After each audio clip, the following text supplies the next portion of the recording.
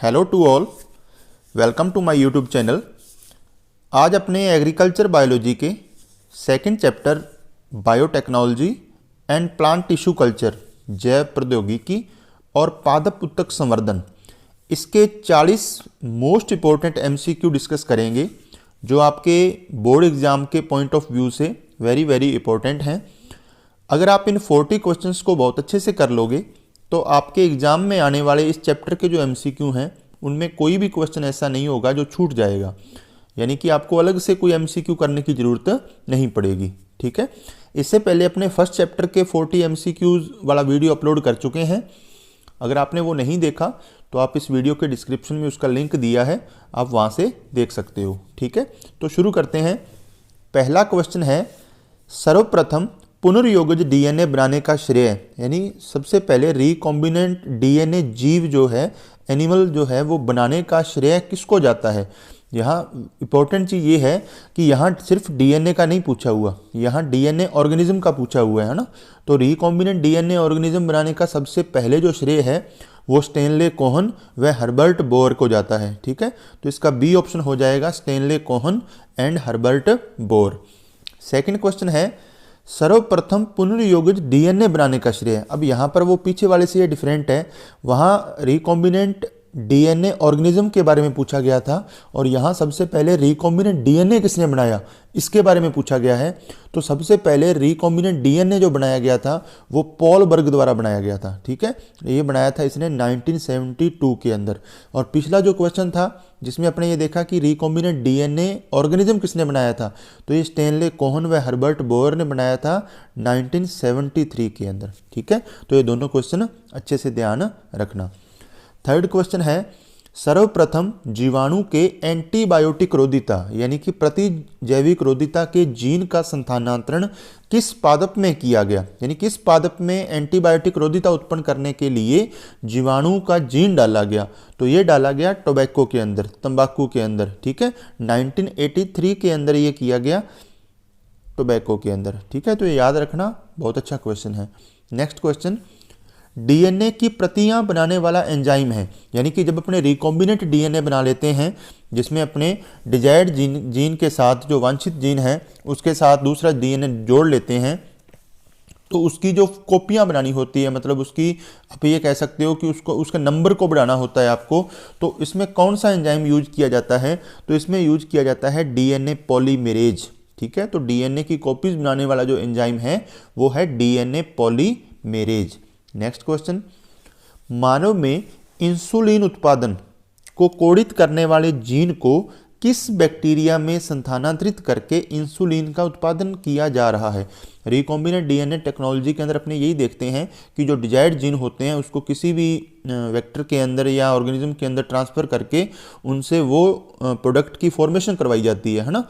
तो इंसुलिन को जो प्रोड्यूस करने वाले जीन हैं उसको कौन से बैक्टीरिया में स्थानांतरित किया गया है, तो सबसे ज़्यादा वैसे भी रिकॉम्बिनेंट डीएनए टेक्नोलॉजी के अंदर जो काम आता है बैक्टीरिया वो आता है एस्चेरियाई कोलाई, ई कोलाई। तो इसका आंसर ई कोलाई हो जाएगा। नेक्स्ट क्वेश्चन, पीसीआर तकनीक के खोज करता है। पीसीआर तकनीक जिसमें अपने डीएनए की लाखों प्रतियां तैयार कर सकते हैं, पॉलीमरेज चेन रिएक्शन, जिसकी खोज जो है वो कैरी मूलिस ने की थी। ठीक है, तो इसके खोजकर्ता पूछा है यहाँ पर, तो सी ऑप्शन हो जाएगा अपने पास, कैरी मूलिस। नेक्स्ट क्वेश्चन, पीबीआर 322 में प्रतिजैविक प्रतिरोधी स्थल है। पीबीआर 322 ये एक प्लाज्मिड है जिसका उपयोग वाहक के रूप में किया जाता है। तो इसमें प्रतिजैविक प्रतिरोधी स्थल पूछे हैं, एंटीबायोटिक रेजिस्टेंस साइट्स पूछी हैं, तो इसके अंदर एम्पीसिलिन और टेट्रासाइक्लिन ये दोनों ही होती हैं। तो ए और बी इसका ऑप्शन हो जाएगा, सी मतलब ऑप्शन हो जाएगा इसका। ठीक है, नेक्स्ट क्वेश्चन, सामान्यतः पादपों में जीन स्थानांतरण के लिए किसका उपयोग किया जाता है। जीन स्थानांतरण के लिए अलग अलग विधियां यूज की जाती हैं, जिसमें से कुछ प्रत्यक्ष विधियां हैं, कुछ अप्रत्यक्ष विधियां हैं। तो इनमें से पादपों में पूछा गया अपने से भी किसका उपयोग किया जाता है, तो ये टीआई प्लाज्मिड का भी यूज किया जाता है पादपों में जीन स्थानांतरण के लिए, और आरआई प्लाज्मिड का भी यूज किया जाता है। तो ए और बी दोनों हो जाएगा 8वें का। नेक्स्ट क्वेश्चन, वाहक डीएनए को वांछित डीएनए से जोड़ने का कार्य करता है, यानी कि जो वेक्टर डीएनए है उसको डिजायर्ड डीएनए से जोड़ने का काम इनमें से कौन सा एंजाइम करता है? तो ये काम किया जाता है लाइगेज एंजाइम द्वारा। इसको मॉलिक्यूलर ग्लू भी कहा जाता है, ठीक है। तो ये चिपकाने का काम करता है वाहक डीएनए को वांछित डीएनए से, तो लाइगेज ये काम करता है। नेक्स्ट, लाइगेज एंजाइम के खोज करता है, यानी अभी जो अपने लाइगेज एंजाइम पढ़ा जो वांछित डीएनए को वाहक डीएनए से जोड़ने का काम करता है, इसके खोजकर्ता कौन है इसके बारे में पूछा गया है।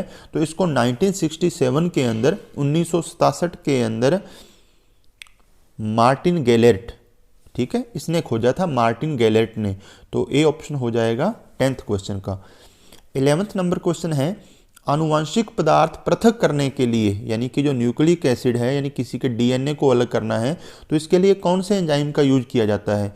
तो इन ऑप्शन में से इसमें से रेस्ट्रिक्शन एंडोन्यूक्लिएज, जिसको प्रतिबंधित एंडोन्यूक्लिएज भी कहा जाता है, इसका उपयोग किया जाता है, ठीक है। इसके बारे में और भी कुछ क्वेश्चंस हैं रेस्ट्रिक्शन एंडोन्यूक्लिएज के बारे में जो आगे आएंगे।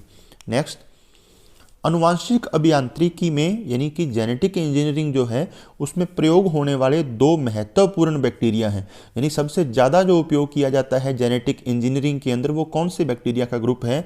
तो एक तो मैंने अभी अपने पीछे क्वेश्चन आया था ई कोलाई, एस्चेरियाई कोलाई, तो एस्चेरियाई हो जाएगा। और दूसरा एग्रोबैक्टीरियम, जो अभी अपने पढ़ा था ना जीन संस्थानांतरण पादपों के अंदर, जो टीआई प्लाज्मिड है, आरआई प्लाज्मिड है, उसको एग्रोबैक्टीरियम की जातियों से प्राप्त किया जाता है। तो ये दोनों ही जो हैं, एस्चेरियाई और दूसरा एग्रोबैक्टीरियम, इसका सबसे ज़्यादा उपयोग किया जाता है जेनेटिक इंजीनियरिंग के अंदर। नेक्स्ट क्वेश्चन, डीएनए खंडों को अभिरंजित करने के लिए उपयोग में लाया जाता है, यानी डीएनए सेगमेंट जो है उनको स्टेन करने के लिए किसका यूज किया जाता है? तो डीएनए जो सेगमेंट है उनको स्टेन करने के लिए इथिडियम ब्रोमाइड का उपयोग किया जाता है, यानी इथिडियम ब्रोमाइड जो स्टेनर है वो स्टेन कर देता है डीएनए के फ्रेगमेंट को, ठीक है। वेरी इंपॉर्टेंट क्वेश्चन है ये आपके एमसीक्यू के पॉइंट ऑफ व्यू से। नेक्स्ट क्वेश्चन, पीसीआर तकनीक में जो डीएनए पॉलीमरेज का काम पीछे आपको बताया था कि ये डीएनए की प्रतियां बनाने का काम करता है, फोटोकॉपी करने का काम करता है, किस जीवाणु से अलग किया गया है? यानी कि जो पीसीआर टेक्निक है जिसमें डीएनए की लाखों कॉपियां बनाई जा सकती है कुछ समय में, उसमें डीएनए पॉलीमरेज जो यूज किया जाता है उसको किस बैक्टीरिया से अलग किया गया है? बहुत ही अच्छा क्वेश्चन है। इसको अलग किया गया है थर्मस एक्वाटिकस से, ठीक है। तो थर्मस एक्वाटिकस इसका ऑप्शन सही है, डी ऑप्शन। इसलिए इस डीएनए पॉलीमरेज को टेक पॉलीमरेज भी बोलते हैं। इस थर्मस का पहला टी और एक्वाटिकस का पहला एक्यू, तो टेक पॉलीमरेज भी कहा जाता है इसको, ठीक है। नेक्स्ट क्वेश्चन, प्रोटोप्लास्ट है। प्रोटोप्लास्ट क्या होता है? प्रोटोप्लास्ट को हिंदी में जीव द्रव्यक बोलते हैं, ये भी ध्यान रखना, जीव द्रव्यक, ठीक है। तो प्रोटोप्लास्ट या जीव द्रव्यक किसे कहते हैं? अगर आप किसी प्लांट सेल में से, ध्यान से सुनना, अगर आप किसी पादप कोशिका में से सेल वॉल को हटा दोगे, कोशिका भित्ति को हटा दोगे, तो उस स्ट्रक्चर को कहा जाता है प्रोटोप्लास्ट, जीव द्रव्यक। यानी कोशिका भित्ति रहित पादप कोशिका क्या कहलाती है? जीव द्रव्यक या प्रोटोप्लास्ट कहलाती है। नेक्स्ट क्वेश्चन, आनुवांशिक अभियांत्रिकी में आणविक कैंची की तरह उपयोग में लाया जाता है, यानी मॉलिक्यूलर सीजर्स किन्हें कहा जाता है जेनेटिक इंजीनियरिंग के अंदर?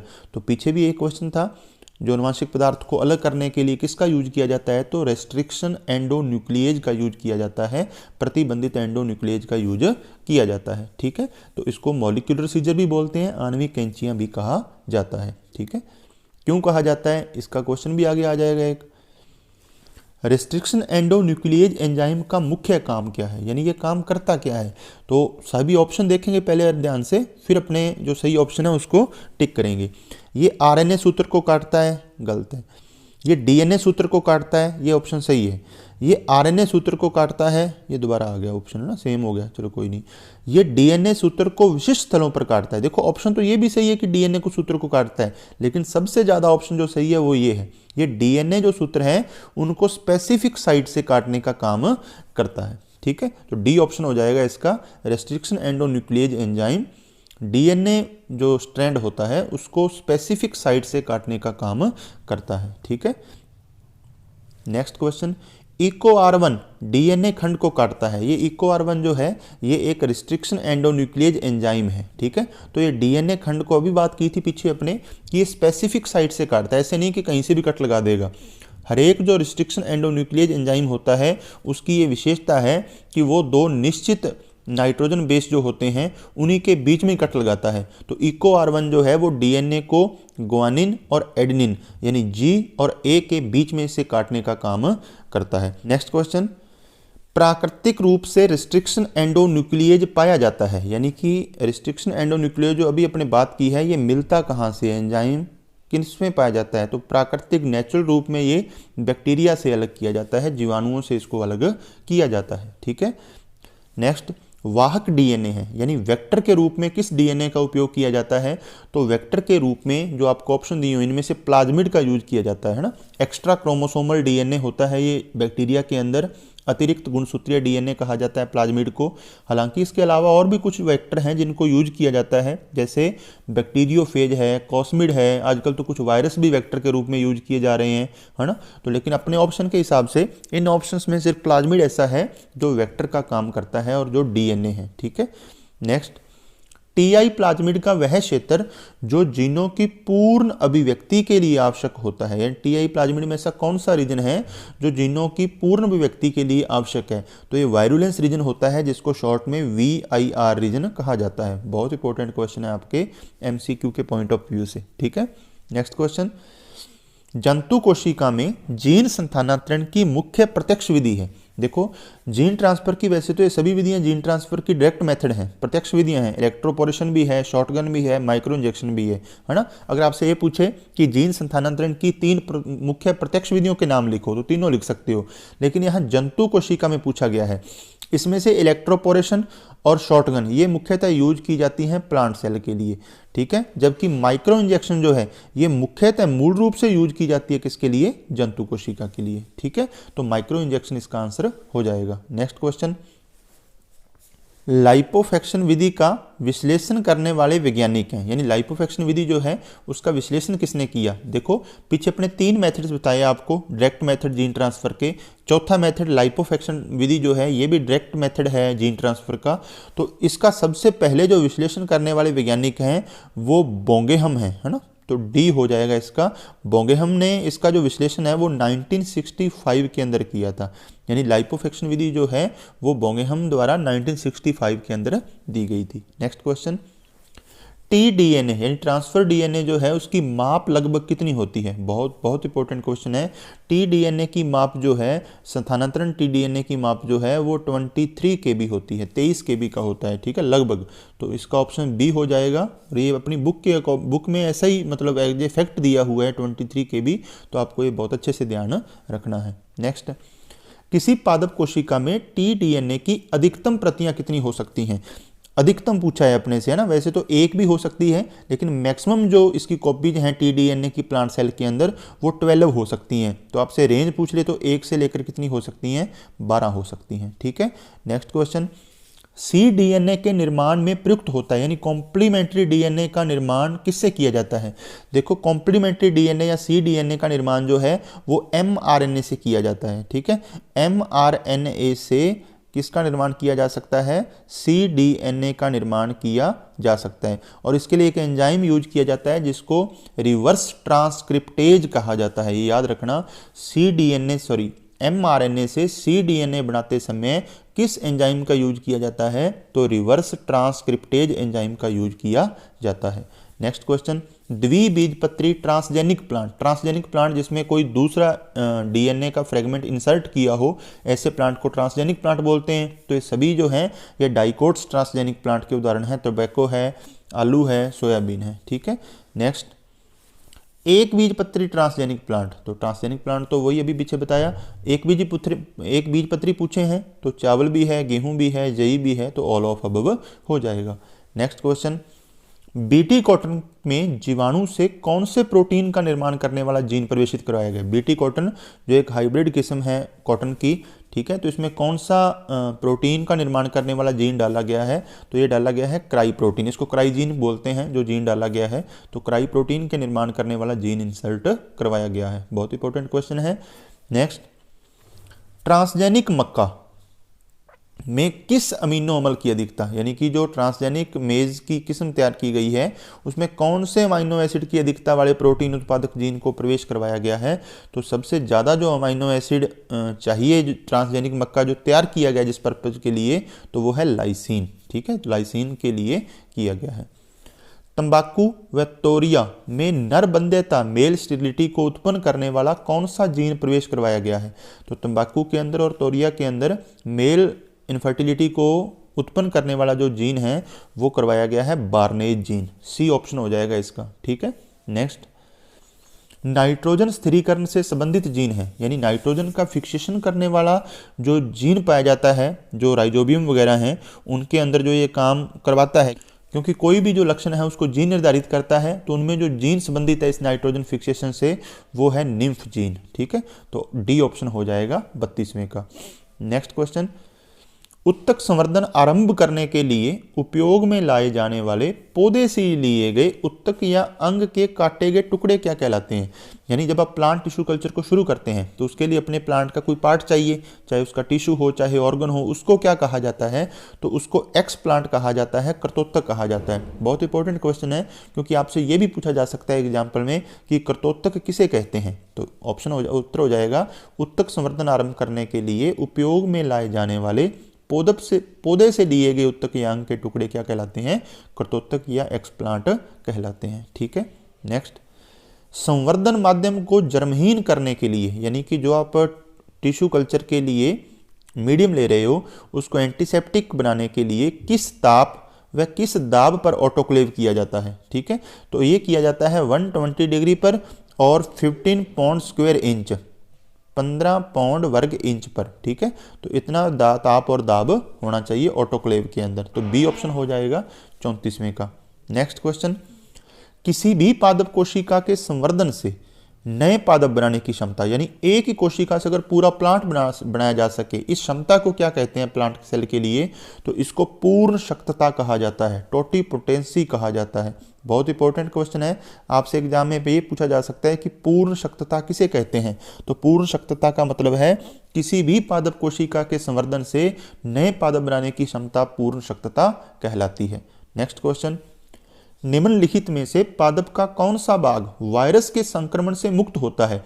यानी कि अगर आपको वायरस फ्री प्लांट प्राप्त करने हैं तो आप पादप के किस भाग का यूज करेंगे, तो ये किया जाता है एपिकल मेरिस्टेम का, सिरस्थ विभजोतक का। ठीक है, तो ये ऑप्शन में थोड़ी स्पेलिंग मिस्टेक है, ये MERISTEM मेरिस्टेम है ना, सिरस्थ विभजोतक या एपिकल मेरिस्टेम इसका आंसर हो जाएगा। नेक्स्ट क्वेश्चन, सर्वप्रथम प्राग कोश संवर्धन यानी कि एंथर का कल्चर करके अगुणित पादप विकसित करने का श्रेय किसे प्राप्त है, तो ये गुहा एंड माहेश्वरी। ठीक है, तो 37वां जो क्वेश्चन है इसका ऑप्शन हो जाएगा डी राइट हो जाएगा, गुहा और महेश्वरी। और ये आपको ये भी याद रखना है इन्होंने कौन से प्लांट पर ये एक्सपेरिमेंट किया था, तो दुतूरा पर किया था। ठीक है, दुतूरा इनोक्सिया पर एक्सपेरिमेंट किया था और गुहा और महेश्वरी ने किया था, और एंथर कल्चर से संबंधित है ये दोनों। ठीक है, नेक्स्ट, जेमिनी वायरस में अनुवांशिक पदार्थ है। जैसा कि मैंने पहले बताया कि आजकल वायरस का भी यूज जो है वो वेक्टर के रूप में किया जा रहा है, वाहक के रूप में किया जा रहा है ना। तो जेमिनी वायरस में जो अनुवांशिक पदार्थ होता है वो सिंगल स्ट्रैंड डीएनए होता है, एकल रज्जु के डीएनए होता है। तो ऑप्शन सी हो जाएगा इसका, सिंगल स्ट्रैंड डीएनए। ठीक है, वायरस के दो ग्रुप हैं जिनका उपयोग जो है वेक्टर के रूप में किया जा रहा है, एक तो जेमिनी और एक कलिमू। ठीक है, नेक्स्ट, प्राग कोश संवर्धन के लिए तैयार किए गए संश्लिष्ट पोष माध्यम, यानी जिस माध्यम पर कल्चर करेंगे यंत्र का, उसके महत्वपूर्ण घटक हैं, यानी उसमें क्या क्या चीजें होनी चाहिए उस पोष माध्यम में, तो जी ग्लूटामिन भी होना चाहिए, एल्सिरिन भी होना चाहिए, इनोसिटोल भी होना चाहिए, तो सभी होने चाहिए, तो ऑल ऑफ दीज हो जाएगा। नेक्स्ट क्वेश्चन, पादप भ्रूण संवर्धन की शुरुआत किसने की। ठीक है, प्लांट एम्ब्रियो कल्चर जो है उसकी शुरुआत सबसे पहले किसने की, तो ये की गई थी हेनिंग के द्वारा। ठीक है, शुरुआत करने वाला हेनिंग था, 1904 में की थी। ठीक है, उसके बाद जो लेबेक है उसने इसको और विकसित किया था, मतलब विस्तृत रूप में बताया था, लेकिन शुरुआत सबसे पहले हेनिंग द्वारा की गई, तो ऑप्शन ए राइट हो जाएगा इसका। ओके स्टूडेंट, ये थे आपके चैप्टर 2 के 40 मोस्ट इंपॉर्टेंट एमसीक्यू। आगे अपने अब इससे अगले चैप्टर के एमसीक्यू का वीडियो आपको अवेलेबल करवाया जाएगा इसी यूट्यूब चैनल पर। जुड़िए रहिए, खुश रहिए, मस्त रहिए और स्वस्थ रहिए। Thank you.